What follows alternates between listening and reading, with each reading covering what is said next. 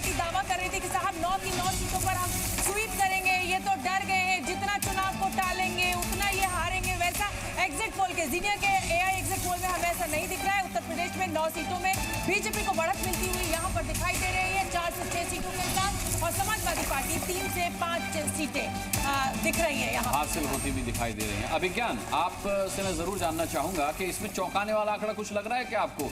क्या Bharatiya Janata party lead कर रही है वो चौंकाने वाला है, या समाजवादी पार्टी को 4 से 5 सीटें मिल रही है वो चौंकाने वाला? नहीं, मैंने आपसे पहले भी कहा कि बीजेपी बाउंस बैक करेगी, और बहुत दिनों से बीजेपी लगी हुई थी, क्योंकि जो उसका डिमोरलाइजेशन हुआ ना, कटेंगे बटेंगे आलू प्याज बना के रखा है योगी आदित्यनाथ ने पूरे देश एक रहेंगे तो सेफ रहेंगे। तो हाँ, तो जो कटेंगे बटेंगे सब चलता रहेगा, प्याज बैगन लहसुन इसका योगी आदित्यनाथ का, अजय बिष्ट का।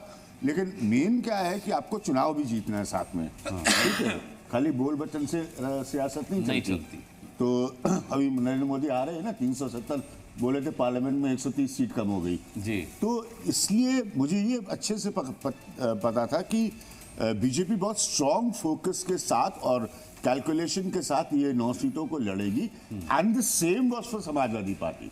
तो इसलिए मैंने शुरू में ही कहा था कि बीजेपी बाउंस बैक करने की कोशिश की, जो आपके एआई बता रही है। अब एआई से विजय जी आप जानना चालू कर दीजिए, ये लोग बताएंगे चुनाव। ये मन की बात पढ़ रही है।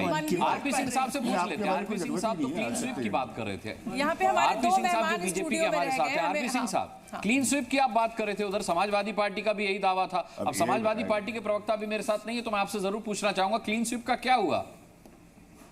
लेकिन रागी मैं एक चीज और ये जो आपका मैंने तारीफ करी कि एक अच्छा तरीका, नया तरीका है। तारीफ करके तो फंस चुके हैं आप। सुन तो लीजिए सर, मैं तो आपकी बात मान्य करके तो तारीफ अभी भी कर रहा हूँ।